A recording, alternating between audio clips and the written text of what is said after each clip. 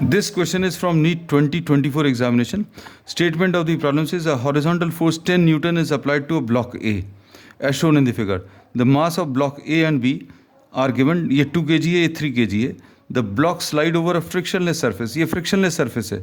The force exerted by the block A on block B. तो अब इसमें अभी हम लोग अगर ध्यान से देखें that these two will be moving as a combined mass and the acceleration of the combined mass will be total force upon the total mass. तो अब हम लोग combined acceleration निकाल सकते हैं. Total force कितना है? Total force is 10 Newton divided by total mass is 2 plus 3. तो acceleration of the system will be 10 divided by 5 which will be 2 meters per second square.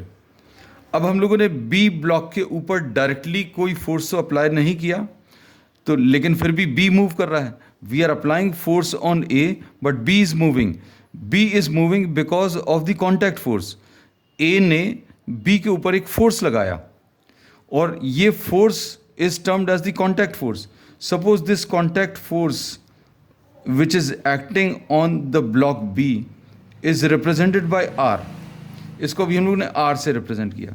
तो this contact force is moving the block B and this R can be calculated by taking what?